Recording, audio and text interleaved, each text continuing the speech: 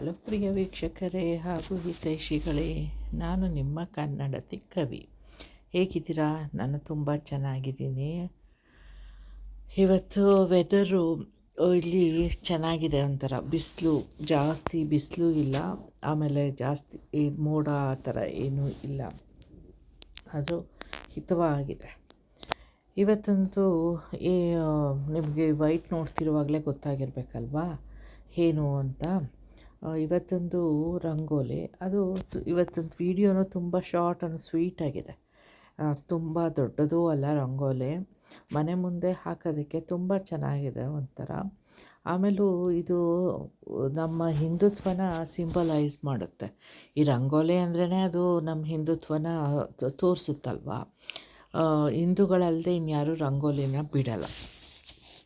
ಅದು ಈ ರಂಗೋಲಿ ಅಂತೂ ಒಂದು ಶುರು ಆಗೋದೇ ಸ್ವಾಸ್ತಿಕಲ್ಲ, ಅದರಿಂದ ಅದು ಏನಂತ ಹೇಳ್ತಾರೆ, ನಮ್ಮ ಹಿಂದುತ್ವನ ಹೇಳುತ್ತೆ. ಸ್ವಾಸ್ತಿಕ್ ಅಂತಂದರೆ ಒಂದು ಒಳ್ಳೆಯ ಇದಕ್ಕೆ ಮನೆ ಮುಂದೆ ಮನೆ ಬಾಗಿಲಿಗೂ ಸ್ವಾಸ್ತಿಕ್ ಅಂತ ಬರೆದಿರ್ತಾರಲ್ಲ ಅದು. ಈ ರಂಗೋಲಿ ಒಂಥರ ಫಸ್ಟು ಕನ್ಫ್ಯೂಸಂಗ್ ಆಗ್ತಾಯಿತ್ತು ನನಗೆ ಬಿಡುವಾಗ. ಯಾಕೆ ಅಂತಂದರೆ ಎಲ್ಲಿ ಯಾವ ಥರ ಲೈನ್ ಹಾಕಬೇಕು ಅನ್ನೋದು ಮರ್ತೋಗೋದು ಒಂಥರ. ಆಮೇಲೆ ಅದನ್ನು ಪ್ರಾಕ್ಟೀಸ್ ಮಾಡೋದ್ನಲ್ಲ ತುಂಬ ಸಲ, ಆಗ ಗೊತ್ತಾಯಿತು ಒಂಥರ ಚೆನ್ನಾಗಿದೆ, ಇಲ್ಲ ಕನ್ಫ್ಯೂಸ್ ಏನಿಲ್ಲ, ಹಾಕ್ಬೋದು ಈಸಿಯಾಗಿ ಅಂತ. ಆಮೇಲೆ ಈಗ ರಂಗೋಲಿಗಳನ್ನ ನಾನು ಕಲರ್ಗಳು ಹಾಕ್ತಾಯಿಲ್ಲ. ಯಾಕೆ ಅಂತಂದರೆ ಅದು ರಂಗೋಲಿ ಹಾಗೆ ಗೊತ್ತಾಗಲಿ ಅಂತ. ಕಲರ್ ಹಾಕ್ಬಿಟ್ರೆ ಆ ಬ್ಲ್ಯಾಕ್ ಲೈನು ಎಲ್ಲ ಮುಚ್ಚೋಗುತ್ತಲ್ಲ, ಅದರಿಂದ ಗೊತ್ತಾಗಲ್ಲ. ಅದರಿಂದ ಕಲರ್ ಹಾಕೋದನ್ನು ಬಿಟ್ಟಿದ್ದೀನಿ. ನಿಮಗೆ ನಾನು ಕಲರ್ ಹಾಕೋದು ಇಷ್ಟ ಆಗುತ್ತಾ ಇಲ್ವಾ ಏನು ಅಂತ ಹೇಳಿ, ಅಥವಾ ಹೀಗೇ ಮುಂದುವರಿಸ್ಲಾ ಅಂತಲೂ ಹೇಳಿ ಕಮೆಂಟ್ ಮೂಲಕ. ನೋಡಿ, ಈಗ ವಾಯ್ಸ್ ಓವರ್ ಕೊಡುವಾಗ ಅಕ್ಕ ಫೋನ್ ಮಾಡಿದ್ರು. ವಾಯ್ಸ್ ಓವರ್ ಕೊಡ್ತಿದ್ದೀನಲ್ಲ, ಮುಗಿಸ್ಬಿಡೋಣ ಅಂದ್ಬಿಟ್ಟು ಇದನ್ನೇ ಕಂಟಿನ್ಯೂ ಮಾಡ್ತಾಯಿದ್ದೀನಿ, ಆಮೇಲೆ ಮಾತಾಡೋಣ ಅಂತ. ದಿನಕ್ಕೊಂದು ಸಲ ಮಾತಾಡ್ತೀವಿ ಅಕ್ಕನ ಜೊತೆ. ನಿನ್ನೆ ಅವ್ರಿಗೆ ಹುಷಾರಿರಲಿಲ್ಲ, ಯಾಕೋ ರಜೆ ಹಾಕ್ಬಿಟ್ಟು ಮನೇಲೇ ಇದ್ದರು. ಅವ್ರು ಮಲ್ಕೊಳ್ಳಿ ಅಂದ್ಬಿಟ್ಟು ನಾನು ಈಚೆಗೆ ಮಾತಾಡೋಕ್ಕೆ ಹೋಗಿರಲಿಲ್ಲ. ಅದಕ್ಕೆ ಈಗ ಮಾಡ್ತಾ ಇದ್ದಾರೆ ಅವರು ಕಾಲ್ನ. ಮಕ್ಕಳು ಮೂವಿ ನೋಡಬೇಕು ಅಂತ ಅಂದ್ಬಿಟ್ಟು ಹೋಗಿದ್ದಾರೆ, ಫ್ರೆಂಡ್ಸೇ ದೊಡ್ಡವರಾಗಿದ್ರು. ಭಯ ಕಳಿಸಿರೋದು, ಫಸ್ಟ್ ಟೈಮು ಹಿಂಗೆ ಕಳಿಸಿರೋದು, ಬೇಡ ಅಂತ ಹೇಳ್ತಿದ್ದೆ. ಆದರೂ ಇಲ್ಲ ಹೋಗ್ಬೇಕಂತ ತುಂಬ ದಿನದಿಂದ ಮಿಸ್ ಮಾಡಿದರು, ಹೋಗಿರಲಿಲ್ಲ. ಎಕ್ಸಾಮ್ ಅದು ಇದು ಅಂತ. ಮುಂಚೆ ಎಲ್ಲ ತುಂಬ ಕರ್ಕೊಂಡು ಹೋಗ್ತಿದ್ವಿ ಮೂವಿಗೆ. ಈಗ ಯಾಕೋ ಅಷ್ಟು ಕರ್ಕೊಂಡೋಗಿಲ್ಲ. ಅದಕ್ಕೆ ಹೋಗಲಿ ಬಿಡು ಪಾಪ ಅಂತ ಬಿಟ್ಟಿದ್ದೀನಿ. ನೋಡೋಣ, ಬರ್ತೀವಿ 8:30 ಅಂತನೋ ಏನೋ ಹೇಳಿದ್ರು.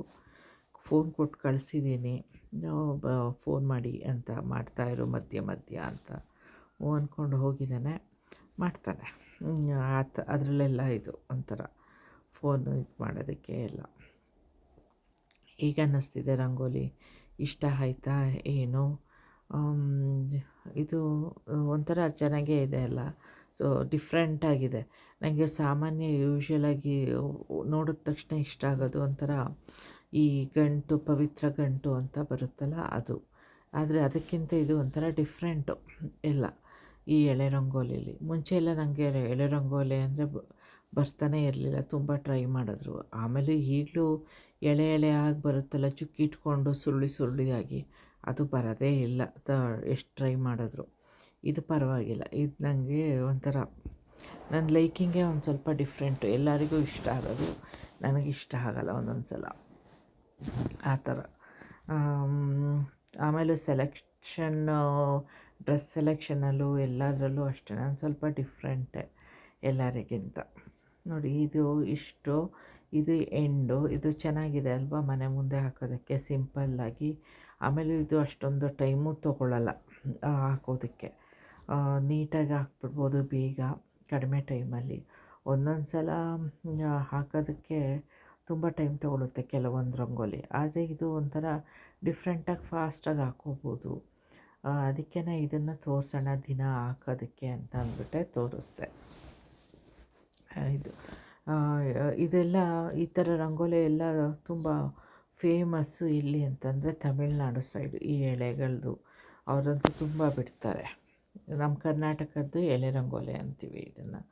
ಇಲ್ಲಿಗೆ ಇವತ್ತಿನ ವೀಡಿಯೋ ಮುಗಿಸ್ತಾ ಇದ್ದೀನಿ. ಬಾಯ್, ಸಿ ಯು, ಟೇಕ್ ಕೇರ್.